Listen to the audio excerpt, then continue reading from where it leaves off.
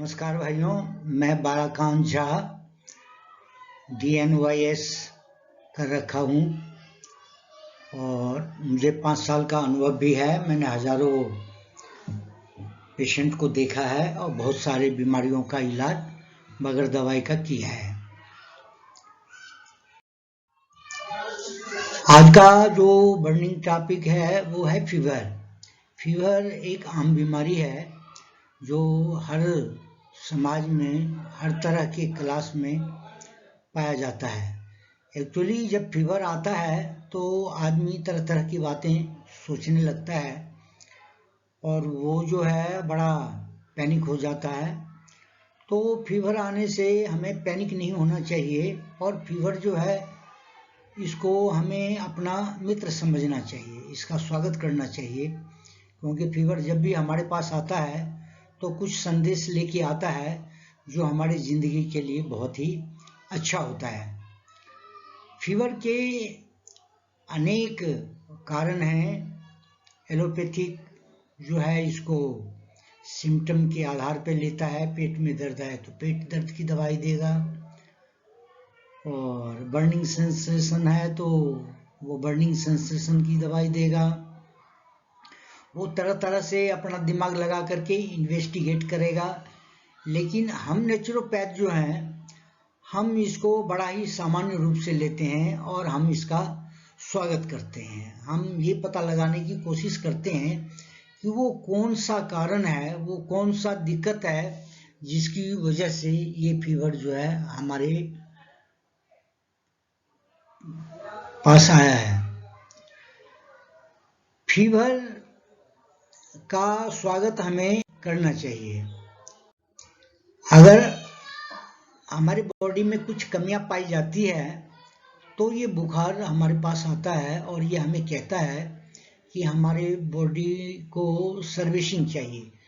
Servicing का मतलब हुआ क्लीनिंग। हम इसको सर्विस के थ्रू इसको पूरी सिस्टम को क्लीन करना चाहिए, और इसके लिए हम जो है तरह तरह का मेथड है जो सहज है उसको हम अप्लाई करते हैं।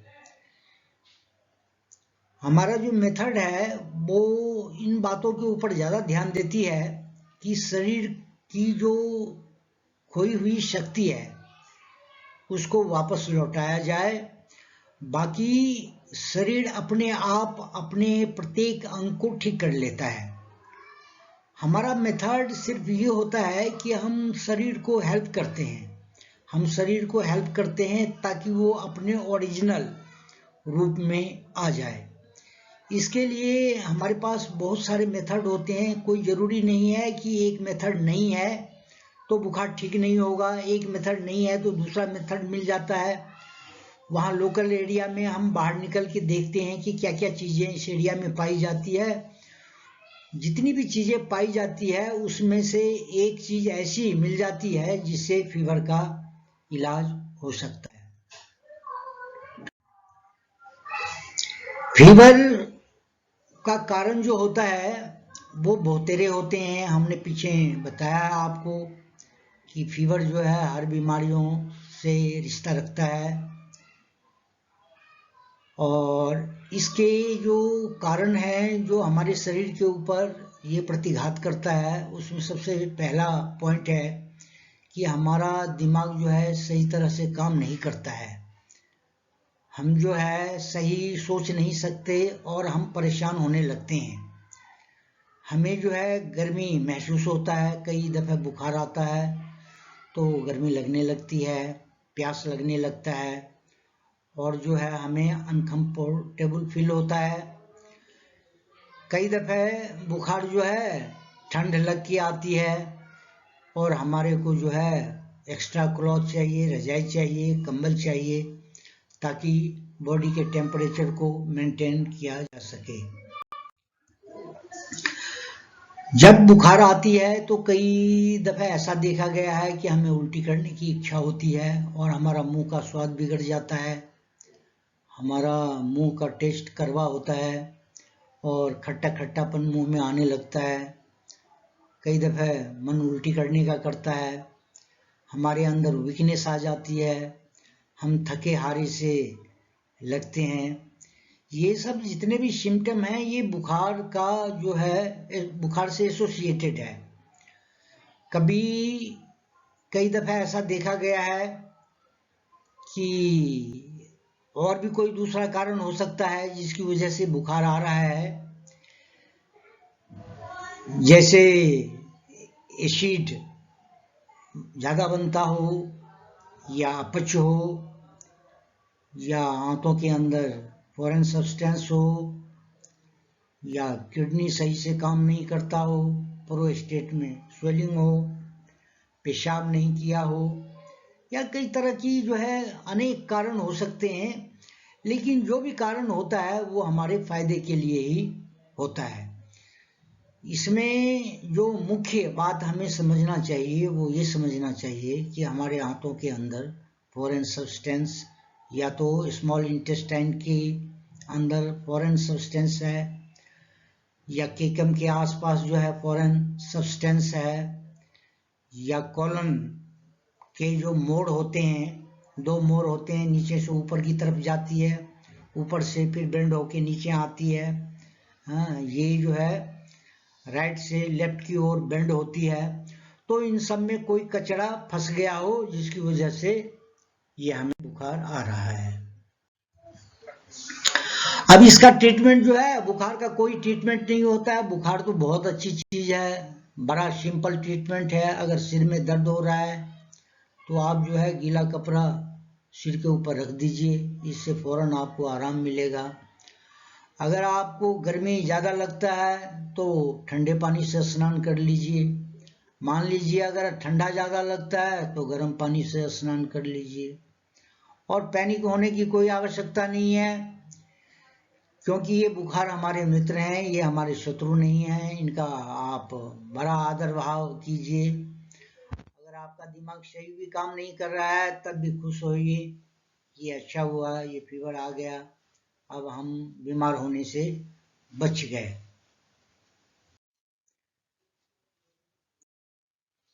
ये इस बीमारी का जो मुख्य उद्देश्य है कि आपका शरीर थक गया है, आपके शरीर को रेस्ट चाहिए, और आपने जो है शरीर से कुछ ज़्यादा काम लिया है, उसको प्रॉपर आराम नहीं दिया है आपने, टाइम से खाना नहीं खाया, टाइम से पानी नहीं पिया, हाँ, पानी की शरीर में कमी हो गई है जिसकी वजह से ये बुखार आ गया है।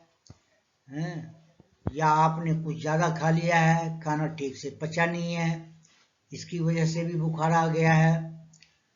हमने सारे लक्षण दिए हैं। अगर मान लीजिए कोई लक्षण हमने नहीं बताया है तब भी आपको पैनिक करने की ज़रूरत नहीं है।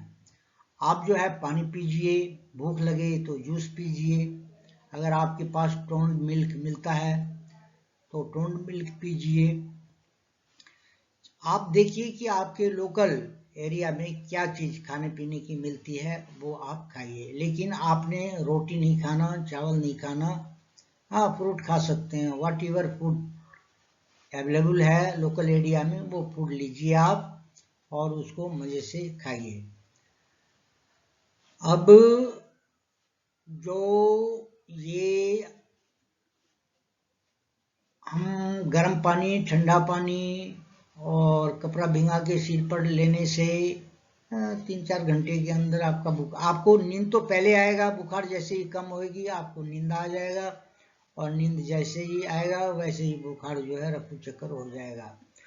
आपको मेडिसिन लेने की कोई आवश्यकता नहीं है, और मेडिसिन लेना भी नहीं चाहिए, क्योंकि मेडिसिन एक फीवर को ठीक करके दूसरा बीमारी का जो है मलबा आपके पेट के अंदर डाल देता है।